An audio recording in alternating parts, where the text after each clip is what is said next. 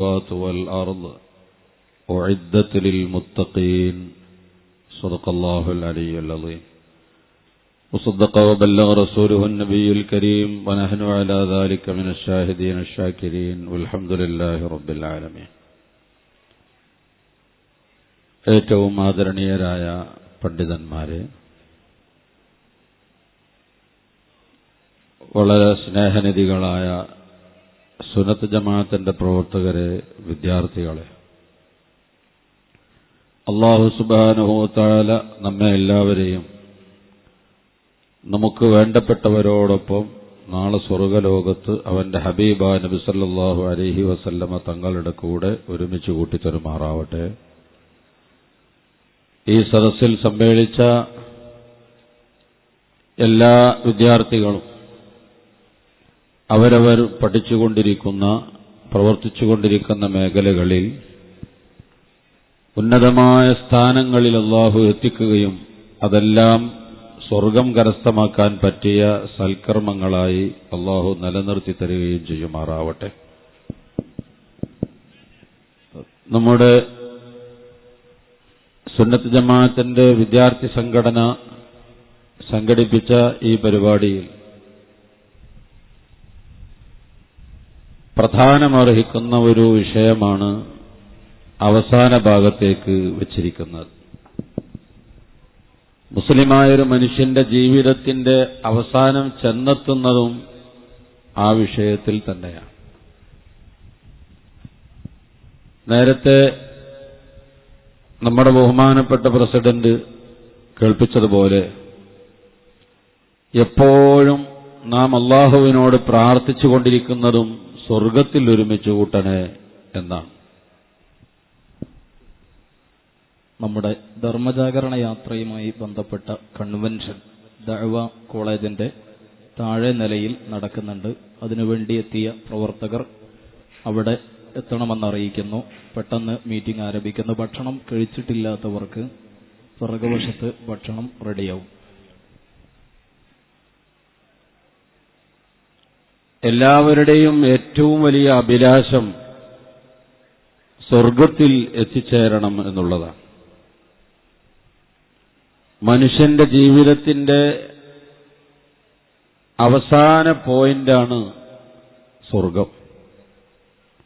ജീവിതത്തിന്റെ അവസാന പോയിന്റ് എന്ന് പറഞ്ഞാൽ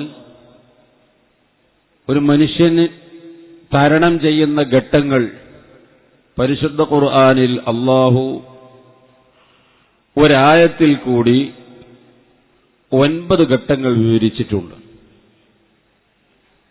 ലഖദ് ഖലഖനൽ ഇൻസാന ഫീ സുലാലത്തിൻ മിൻ തീൻ. മനുഷ്യനെ അല്ലാഹു സൃഷ്ടിച്ചത് ചവിട്ടിയാൽ താഴ്ന്നു പോകുന്ന തരത്തിലുള്ള കളിമണ്ണിൽ നിന്ന്. ആദം നബി അലൈഹിസ്സലാമിനെ അല്ലാഹു സൃഷ്ടിച്ചത് മണ്ണിൽ നിന്നാണ്. ആദം നബിയുടെ സന്തതികളാണ് മനുഷ്യൻ എന്നതുകൊണ്ട് മനുഷ്യന്റെ ഉത്ഭവം മണ്ണാണ് എന്നത് സത്യമാണ്. ഇന്നും ആ പ്രക്രിയ അല്ലാഹു നടത്തിക്കൊണ്ടിരിക്കുന്നത് മണ്ണിൽ നിന്ന് തന്നെയാണ് മനുഷ്യന്റെ സൃഷ്ടിപ്പ് എന്നും പറയാം. മണ്ണിന്റെ എസൻസുകൾ വലിച്ചെടുത്തുകൊണ്ട് തിന്ന് വളരുന്ന പച്ച ചെടികൾ കഴിച്ചാണ് ചുമന്ന ചോരയുണ്ടാകുന്നത്. ആ രക്തം തരം മാറി ബീജമായി, അത് തരം മാറി മനുഷ്യക്കുഞ്ഞായി രൂപാന്തരപ്പെടുന്നു എന്നുള്ളത് ഇന്നും നടന്നുകൊണ്ടിരിക്കുന്ന സത്യമാണ്. അപ്പോൾ മനുഷ്യോൽപത്തിയെ സംബന്ധിച്ച് വിശാലമായ പഠനം പരിശുദ്ധ ഖുർആൻ നൽകുന്നുണ്ട്. ഖുർആൻ നൽകിയതുപോലെയുള്ളൊരു പഠനം ലോകത്തെ ഒരു ഗ്രന്ഥങ്ങളിൽ പരിശോധിച്ചാലും കാണുകയില്ല. മനുഷ്യൻ മണ്ണിൽ കിടക്കുന്ന ഒരു രംഗം ഖുർആൻ പറയുന്നു. അത് രക്തമായി മാറി ബീജമായി പുരുഷന്റെ മുതുകിൽ നിന്നും സ്ത്രീയുടെ നെഞ്ചിൽ നിന്നും യഖ്റുജു മിൻ ബൈനി സുൽബി വത്തറായിബ്. സ്ത്രീയുടെ നെഞ്ചിൽ നിന്നും പുരുഷന്റെ മുതുകിൽ നിന്നുമായി പുറപ്പെട്ട് സംയോജിച്ച് ഒരു പ്രത്യേക സ്ഥാനത്ത് ഫീ ഖറാറിൻ മക്കീൻ, ഒരു സുരക്ഷിത സ്ഥലത്ത് അല്ലാഹു എത്തിച്ചു. ആ ഗർഭാശയത്തിൽ അത് വളർന്നു. അത് രക്തകഷ്ണമായി മാറി, തൊട്ടുന്ന തരത്തിലുള്ള രക്തപിണ്ഡമായി മാറി. പിന്നീട് മാംസം അരച്ച് കുഴമ്പാക്കിയതുപോലെയുള്ള അലക്കത്താക്കി മാറ്റി. ഇതെല്ലാം ഖുർആൻ പറഞ്ഞതാണ്. എന്റെ വിഷയം അതല്ലാത്തത് കൊണ്ട് വിശദീകരിക്കാതെ പോവുകയാണ്. ആ മാംസക്കുഴമ്പ് പിന്നീട് എല്ലുകളെ മാംസം കൊണ്ട് പൊതിഞ്ഞ് ഫകസൗനൽ ഇളാമ ലഹമൻ ثم أنشأناه خلقا آخر فتبارك الله أحسن الخالقين. അത് ഉള്ളിലേക്ക് കൊടുത്തപ്പോൾ എല്ലാ ജനങ്ങളും കണ്ടാൽ വെറുക്കുന്ന ബീജത്തുള്ളി പുറത്തേക്ക് വന്നപ്പോൾ സർവാധരണീയനായ സ്നേഹിക്കപ്പെടുന്ന കിട്ടിയാൽ ഒരു മുത്തം കൊടുക്കാവുന്ന മനുഷ്യക്കുഞ്ഞായി രൂപാന്തരപ്പെട്ട തിരിച്ചു വരുന്നത്. എത്ര മനോഹരമായി അള്ളാഹു ഇതൊക്കെ സംവിധാനിച്ചു. ഭൂമിയിൽ നാം ജീവിച്ചുകൊണ്ടിരിക്കുന്നു. ഒരായത്തിൽ അള്ളാഹ് പറഞ്ഞ ഘട്ടങ്ങളാണ് ഇതൊക്കെ. ഒരൊറ്റ ആയത്തിൽ അള്ളാഹു വിവരിച്ചതാണ്. ഞാൻ വിഷയമതല്ലാത്തത് കൊണ്ട് ചുരുക്കി പറഞ്ഞ് വിഷയത്തിലേക്ക് എത്തിക്കാൻ വേണ്ടി അത് പറഞ്ഞു വിട്ടുപോവാണ്. ഒരായത്തിൽ അള്ളാഹു നമ്മുടെ 9 ഘട്ടങ്ങളെ കുറിച്ച് പറഞ്ഞിട്ടുണ്ട്. മണ്ണിൽ നിന്ന് തുടങ്ങി അത് ഇന്ന് നാം അധിവസിച്ചുകൊണ്ടിരിക്കുന്ന ഈ രംഗം വരെ എത്തി. എന്നിട്ട് അള്ളാഹു പറയുന്നു, സുമ്മ ഇന്നക്കും ബഅദ ദാലിക ലമയ്യിതൂൻ, ഇനി നിങ്ങൾ മരിച്ചു കൊടുത്തേ പറ്റൂ. ജനിച്ചു പോയില്ലേ, അതുകൊണ്ട് ഇനി മരിച്ചു കൊടുത്തേ പറ്റൂ. 9 ഘട്ടങ്ങൾ ഖുർആനിൽ പറഞ്ഞിട്ട് അതിൽ 8 എണ്ണവും സത്യമാണെന്ന് ലോകത്തെ ഏത് നിരീശ്വരവാദിയും സമ്മതിക്കുന്നു. അള്ളാഹു ഒരു ആയത്തിൽ 9 എണ്ണം പറഞ്ഞു. മനുഷ്യരിലുണ്ടാകുന്ന മാറ്റങ്ങൾ ശാസ്ത്രം സമ്മതിച്ചു, അതിൽ 8 എണ്ണവും സത്യമാണെന്ന്. ഖുർആൻ പറഞ്ഞ 9ാമത്തെ ഘട്ടം ഏതാണ്?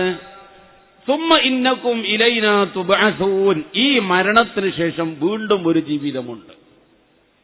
നിങ്ങളെ എന്നെക്കൊള്ള തന്നെ തിരിച്ചു കൊണ്ടുവരപ്പെടും.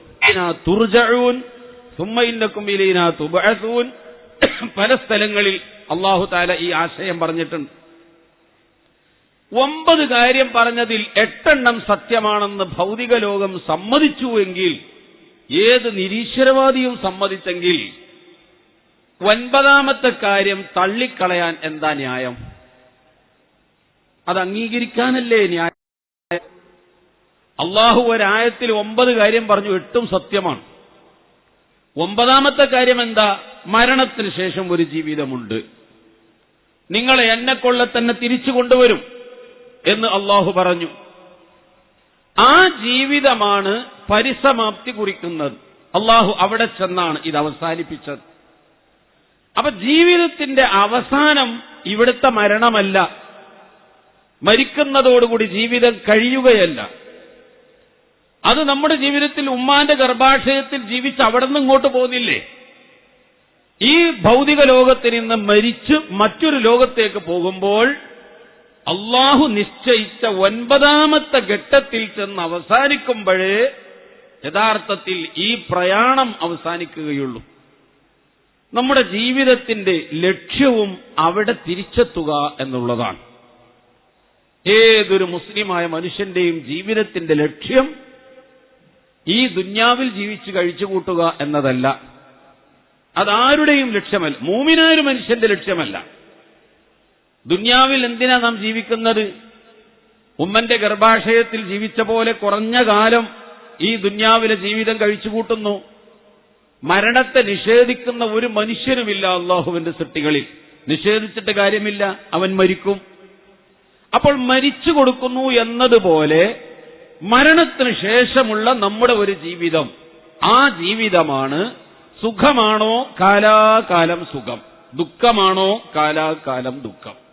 സ്വർഗം കാലാകാലം സുഖമാണ്, ദുഃഖം നരകമാണോ കാലാകാലമാണ്. കുറച്ചു കാലം കഴിഞ്ഞാൽ നരകം ക്ലോസ് ചെയ്ത് അതും കൂടി സ്വർഗമാക്കി കൊടുക്കുന്ന സംവിധാനം ഇല്ല. അത്ര ഭയാനകമായ നരകവും സന്തോഷകരമായ സ്വർഗവും മുന്നിൽ ഉണ്ടാകുമ്പോൾ അള്ളാഹു അത് നമ്മുടെ മുമ്പിൽ വെച്ച് പഠിപ്പിച്ചു തന്നിട്ട് നിങ്ങൾക്ക് തിരിച്ചു വരാനുള്ള തിൽക്കൽ ജന്നത്തുല്ലത്തി നൂരിസു മിൻ ഇബാദിനാ മൻ കാന തഖിയാ, ആ സ്വർഗം, അതിലേക്ക് അല്ലാഹു തആല നമ്മെ ക്ഷണിക്കുകയാണ്. നമ്മളെപ്പോഴും പ്രാർത്ഥിക്കുന്നത് അല്ലാഹുവേ സ്വർഗത്തിലെത്തിക്കണമേ, സ്വർഗം തരണമേ, കണ്ടുമുട്ടിയാൽ സ്വർഗത്തിൽ ഒരുമിച്ച് കൂടാൻ. ഒരു പ്രസംഗത്തിന്റെ പ്രാർത്ഥന തുടങ്ങുമ്പോഴും അവസാനിക്കുന്ന സമയത്തുമുള്ള പ്രാർത്ഥനയിൽ അല്ലാഹുവേ സ്വർഗത്തിൽ ഞങ്ങൾ ഒരുമിച്ച് കൂട്ടണമേ എന്നാണല്ലോ നമ്മുടെ പ്രാർത്ഥന. നമ്മുടെയൊക്കെ ജീവിതത്തിന്റെ ലക്ഷ്യവും അതാണ്. ഈ സദസ്സിലിരിക്കുന്ന വിദ്യാർത്ഥികളായ നിങ്ങൾ, സ്റ്റേജിലിരിക്കുന്ന പണ്ഡിതന്മാരും നമ്മുടെ നേതാക്കളും ഓരോരുത്തരും വിവിധ മേഖലകളിൽ പ്രവർത്തിക്കുന്നവരാണ്. പഠിക്കുന്നവർ, ജോലി ചെയ്യുന്നവർ, പ്രസംഗിക്കുന്നവർ ഒക്കെ വിവിധ മേഖലകളിൽ. എല്ലാവരുടെ ലക്ഷ്യം എന്താണ്? അല്ലാഹുവിന്റെ സ്വർഗം. ഈ ചെയ്യുന്ന ജോലി കൊണ്ട് അല്ലാഹുവിന്റെ സ്വർഗം പ്രാപിക്കണം.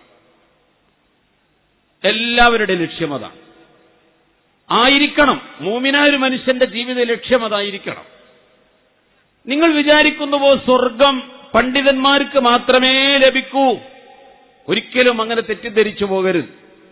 ഡോക്ടർമാരായ നിങ്ങൾ, എഞ്ചിനീയർമാരായ നിങ്ങൾ ഏത് മേഖലയിൽ ജീവിച്ചാലും ആ ചെയ്യുന്ന ജോലി അല്ലാഹുവിന്റെ സ്വർഗം കരസ്ഥമാക്കുന്നതാണ്. അതാവുകയും വേണം. ഈ കാണുന്ന പണ്ഡിതന്മാർ അവർ പഠിപ്പിച്ചു കൊടുത്തുകൊണ്ടിരിക്കുന്ന കിതാബിൽ സുപ്രസിദ്ധമാണ് ഫതുഹുൽ മുഈൻ എന്നൊരു ഗ്രന്ഥം. കർമ്മശാസ്ത്രത്തിന്റെ വിഷയത്തിൽ ആധികാരികതയുള്ള, എല്ലാവരും അംഗീകരിക്കപ്പെട്ട ഒരു ഗ്രന്ഥമാണ് ഫതുഹുൽ മുഈൻ. നമ്മുടെയൊക്കെ നിസ്കാരം, കർമ്മങ്ങളുമെല്ലാം അതിൽ പ്രതിപാദിച്ചിരിക്കുന്ന റൂൾസ് അനുസരിച്ചാണ് നാം അത് നിർവഹിച്ചു പോകുന്നത്. ആ ഫതുഹുൽ മുഈനിൽ ഒരു നിയമം കാണാം. ഒരു മനുഷ്യൻ നിസ്കരിച്ചുകൊണ്ടിരിക്കുമ്പോൾ ഒരു കണ്ണുപൊട്ടൻ നടന്നുപോകും. സാധാരണ നമുക്കിടയിൽ ഒരു സംസാരമുണ്ട്. ഒരു ഡോക്ടറെ കാണാൻ പോയപ്പോ ആ ഡോക്ടറുടെ അടുക്കലേക്ക് പോകുമ്പോ, ഇപ്പോൾ പോകണ്ട, എന്താ ഈ സമയത്ത് ചെന്നാൽ അയാളെ കാണൂല. സമയത്തായി മഗ്രിബിന്റെ ബാങ്ക് വിളിക്കാൻ 2 മിനിറ്റേ ഉള്ളൂ. ഡോക്ടർ പള്ളിയിൽ പോയിട്ടുണ്ടാവും. ഇനി എപ്പോഴാ വരിക? അത് ഇശാ നിസ്കാരം, മഗ്രിബ് നിസ്കരിച്ച് അവിടെ ഇരുന്ന് അതിന്റെ സുന്നത്തും നിസ്കരിച്ച് ഇശാ മഗ്രിബിനിടയിൽ ചൊല്ലാൻ കുറേ ദിക്റുകളുണ്ട്. അതൊക്കെ അദ്ദേഹം ചൊല്ലി ഇശാ ബാങ്ക് വിളിച്ച് സുന്നത്തും നിസ്കരിച്ച് ഇശാ ജമാഅത്ത് കഴിഞ്ഞ് അതിന് ശേഷമുള്ള സുന്നത്തും വിത്റും കഴിഞ്ഞ് അദ്ദേഹത്തിന് ചെയ്യാനുള്ള ഔറാദുകളെല്ലാം കഴിഞ്ഞിട്ടേ ഇനി വരൂ. എന്നിട്ട് ഇശാ നിസ്കാരം കഴിഞ്ഞിട്ട് പോയാൽ മതി, എന്നാലേ ഡോക്ടറെ കാണൂ. എന്റെ ഒരു സ്നേഹിതൻ എന്നോട് പറഞ്ഞു. ഈ ഡോക്ടറെ കുറിച്ച് എന്റെ പ്രിയപ്പെട്ട വിദ്യാർത്ഥികളെ, നിങ്ങൾ എന്ത് മനസ്സിലാക്കുന്നു? മഗ്രിബിന് ബാങ്ക് വിളിക്കുന്നതിന്റെ 5 മിനിറ്റ് മുമ്പ് ഇദ്ദേഹം പള്ളിയിലെത്തി, നിസ്കാരത്തിൽ പങ്കെടുത്തു, ദിക്റ് ചൊല്ലി, മഗ്രിബ് മുതൽ ഇശാ വരെ സൂറത്തുകളും ഖുർആനും ഓതിക്കൊണ്ടിരിക്കുന്നു. അദ്ദേഹം ഇശാ നിസ്കാരത്തിൽ പങ്കെടുത്തു, ജമാഅത്തായി തന്നെ. അതിനുശേഷമുള്ള സുന്നത്തും ഖുർആനും ദിക്റും ഒക്കെ കഴിഞ്ഞിട്ട് വീട്ടിൽ തിരിച്ചു വരും. നാം പഠിപ്പിച്ചു കൊടുത്തുകൊണ്ടിരിക്കുന്ന ഫതുഹുൽ മുഈന്റെ നിയമമനുസരിച്ച് ഈ ഡോക്ടർ നല്ല ഡോക്ടർ അല്ല എന്നാ നമ്മൾ കിതാബുകളിൽ പഠിപ്പിച്ചു കൊടുത്തുകൊണ്ടിരിക്കുന്നത്. ഈ ഡോക്ടർ എന്തല്ല? നല്ല ഡോക്ടറല്ല, നല്ല മനുഷ്യനേ അല്ല. ഇയാൾ ചെയ്ത തെറ്റെന്താ? ഇയാൾ പള്ളിയിൽ പോയി മഗ്രിബ് ജമാഅത്ത് കൂടി മഗ്രിബ് മുതൽ ഇശാ വരെ നിസ്കാരത്തിൽ പങ്കെടുത്തു, അത് ദിക്റും സ്വലാത്തും ഖുർആനോത്തുമായി കഴിഞ്ഞുകൂടി. അദ്ദേഹത്തിന്റെ ക്ലിനിക്കിന് മുമ്പിൽ ഒരുപാട് മനുഷ്യന്മാർ വേദന കടിച്ചിറക്കി, ഒരു ഇഞ്ചക്ഷൻ ചെയ്തെങ്കിൽ, ഒരു ഗുളിക കിട്ടിയെങ്കിൽ, ഒരു ആശ്വാസത്തിന്റെ വാക്ക് ലഭിച്ചെങ്കിൽ എന്ന് ആശിച്ച് ക്ലിനിക്കിന് മുമ്പിൽ കാത്തിരിക്കുന്ന കുറെ രോഗികൾ ഇശാ ജമാഅത്ത് കഴിയാൻ കാത്തിരിക്കുക. ഇശാ ജമാഅത്ത് കഴിഞ്ഞാലേ ഡോക്ടർ തിരിച്ചു വരൂ, വന്നാലേ ഡോക്ടറെ കാണാൻ പറ്റൂ, ഒരു ഇഞ്ചക്ഷൻ ചെയ്യൂ. അങ്ങനെ അദ്ദേഹത്തെ കാത്തുകെട്ടി കിടക്കുകയാണ്. എന്നാൽ ഈ ഡോക്ടറോട് പരിശുദ്ധ ഇസ്ലാം പറയുന്നു, നീ നല്ല ഡോക്ടറല്ല, നല്ല മൂമിനല്ല. ഇത് നമ്മൾ ഓതിക്കൊടുത്തുകൊണ്ടിരിക്കുക, കുട്ടികൾക്ക് പഠിപ്പിച്ചു കൊടുത്തുകൊണ്ടിരിക്കണം. കിതാബിൽ നമ്മൾ എത്രയോ തവണ കുട്ടികൾക്ക് ഓതിക്കൊടുത്തു, പഠിപ്പിച്ചു കൊടുത്തു. ഫതുഹുൽ മുഈൻ എന്താ? ഫതുഹുൽ മുഈൻ പറയുന്നത്, ഒരു മനുഷ്യൻ നിസ്കരിച്ചുകൊണ്ടിരിക്കുന്ന സമയത്ത് തന്റെ മുന്നിൽ കൂടി ഒരു കണ്ണുവട്ടൻ നടന്നു പോകും. ആ കണ്ണുവട്ടൻ നടന്ന് ഒരു കിണറ്റിൽ വീഴാൻ പോവാണ്. അല്ലാഹു ചെയ്യുന്ന നിസ്കാരമാണ്. അഫ്ദലു സ്വലാത്ത് അഫ്ദലു ഇബാദാത്തിൽ ബദനിയത്തി കുല്ലിഹാ അസ്സലാ ഒരു മനുഷ്യൻ അവന്റെ ശരീരം കൊണ്ട് ചെയ്യുന്ന ആരാധനകളിൽ ഏറ്റവും ശ്രേഷ്ഠമായ ഒരു വഖത്ത് സമയം തെറ്റിച്ച് നിസ്കരിക്കാൻ ഒരു വിട്ടുവീഴ്ചയും അല്ലാഹു നൽകാത്ത കണിശമായ ആരാധന, പ്രവാചകന്മാർക്കും വിട്ടുവീഴ്ചയില്ലാത്ത ആരാധന, ഒരു നിർണായക ഘട്ടത്തിലും വിട്ടുവീഴ്ചയില്ലാത്ത ആരാധന. ചില അഡ്ജസ്റ്റുകൾ നടത്തിയിട്ടുണ്ട്, ചില ഡിസ്കൗണ്ടുകൾ നടത്തിയിട്ടുണ്ട് എന്നതിൽ കവിഞ്ഞ് വിട്ടുവീഴ്ചയില്ലാത്ത ഈ ആരാധന നിർവഹിച്ചുകൊണ്ടിരിക്കുമ്പോൾ ഒരു കണ്ണുവട്ടം നടന്നുപോയി ഒരു കിണറ്റിൽ ചെന്ന് വീഴുകയാണെങ്കിൽ ഈ നിസ്കരിക്കുന്ന മനുഷ്യൻ എന്ത് ചെയ്യണം? നാം ഓതിക്കൊടുക്കുന്ന പഠിച്ച ഫത്ഹുൽ മുഈൻ പറയുന്നത്, ആ നിസ്കാരം മുറിച്ച് കിണറ്റിൽ ചാടാൻ പോകുന്ന കണ്ണുവട്ടനെ രക്ഷപ്പെടുത്തി ഒരു സുരക്ഷിത മേഖലയിൽ ഇരുത്തിയിട്ട് ഇവൻ നിസ്കരിക്കണമെന്നാണ്. നിസ്കാരം മുറിക്കണം, അത് അയാൾക്ക് നിർബന്ധമാണ്. ആ നിസ്കാരം പൂർത്തിയാക്കാൻ പാടില്ല.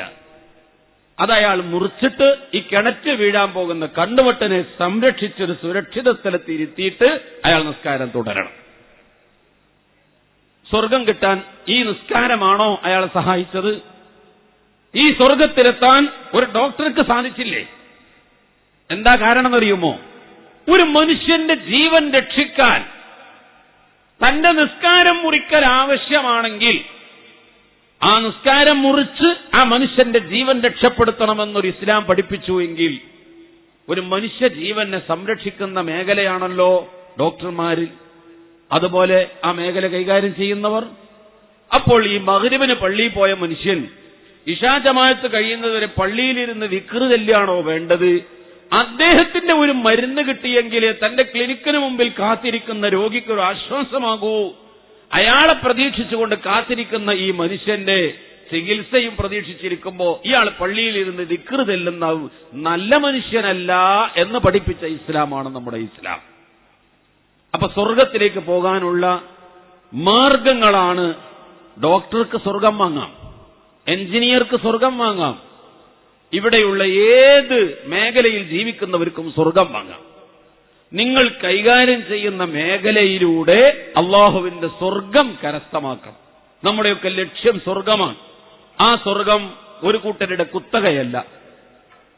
അള്ളാഹു നിശ്ചയിച്ച ഇബാദത്ത് നിശ്ചയിച്ച വിധത്തിൽ ചെയ്യുന്നവർക്കൊക്കെ ഉള്ളതാണ്. ആ മേഖല കണ്ടെത്തി പഠിച്ച് അതിന് നിങ്ങൾ കൈകാര്യം ചെയ്യുന്ന മേഖലയിലൂടെ നിങ്ങൾ സ്വർഗം കരസ്ഥമാക്കാൻ കഴിയണം. അതാണ് നമ്മുടെ ചർച്ചയുടെ പ്രധാനമായ ലക്ഷ്യം. അള്ളാഹുവിന്റെ സ്വർഗം എങ്ങനെ എത്തിപ്പെടാൻ കഴിയും? അതിലെങ്ങനെ എത്തിപ്പെടാൻ കഴിയും? ആദ്യം സ്വർഗം എന്ത് എന്ന് നമ്മൾ മനസ്സിലാക്കണ്ടേ?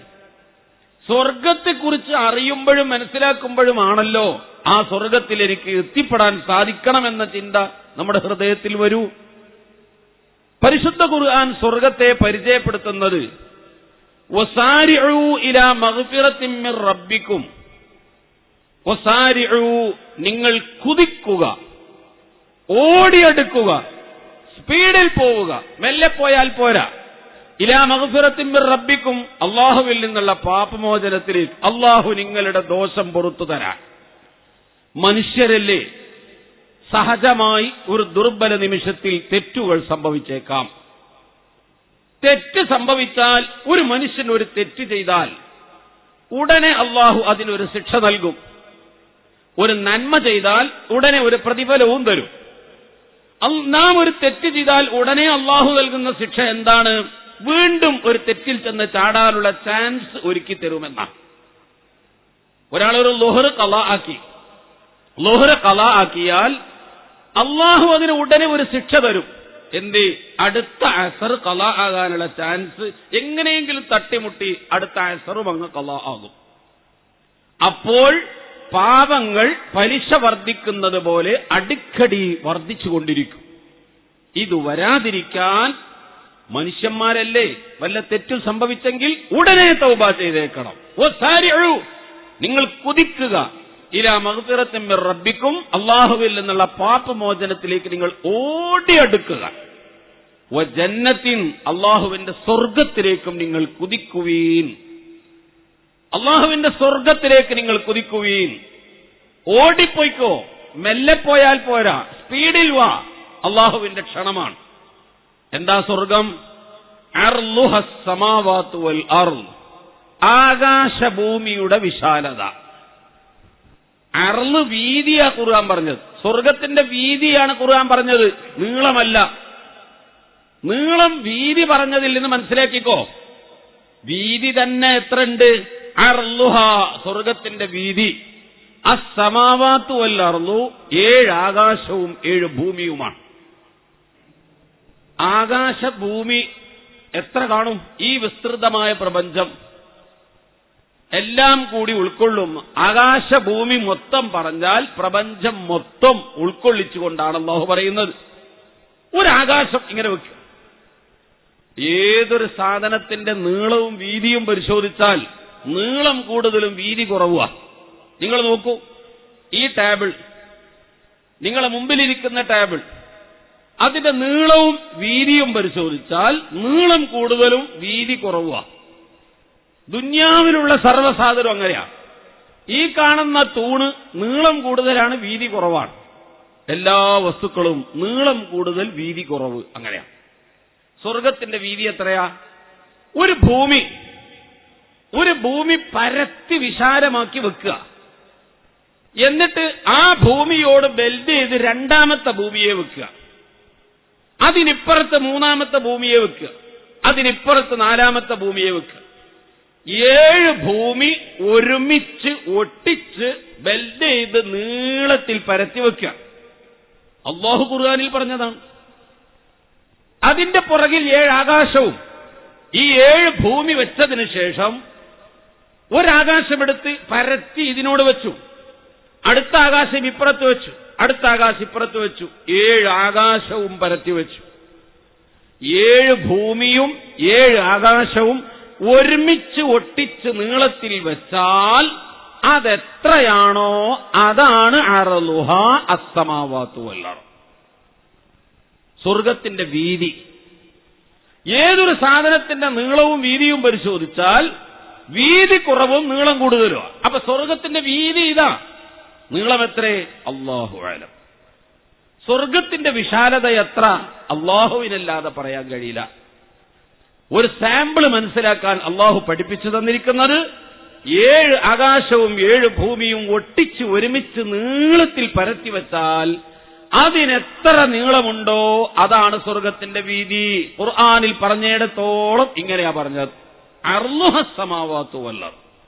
ആകാശഭൂമിയുടെ വിശാലത എന്ന് പറഞ്ഞാൽ ഈ ആകാശഭൂമി 7 കൂടി കൂട്ടിയ അത്ര വിശാലതയേ ഉള്ളൂ സ്വർഗം എന്ന് ധരിക്കരുത്. ഒരു മനുഷ്യനും അതിന്റെ വികാസം, അതിന്റെ വിശാലത മനസ്സിലാക്കി തരാനും പറഞ്ഞ് മനസ്സിലാക്കി തരാൻ കഴിയില്ല.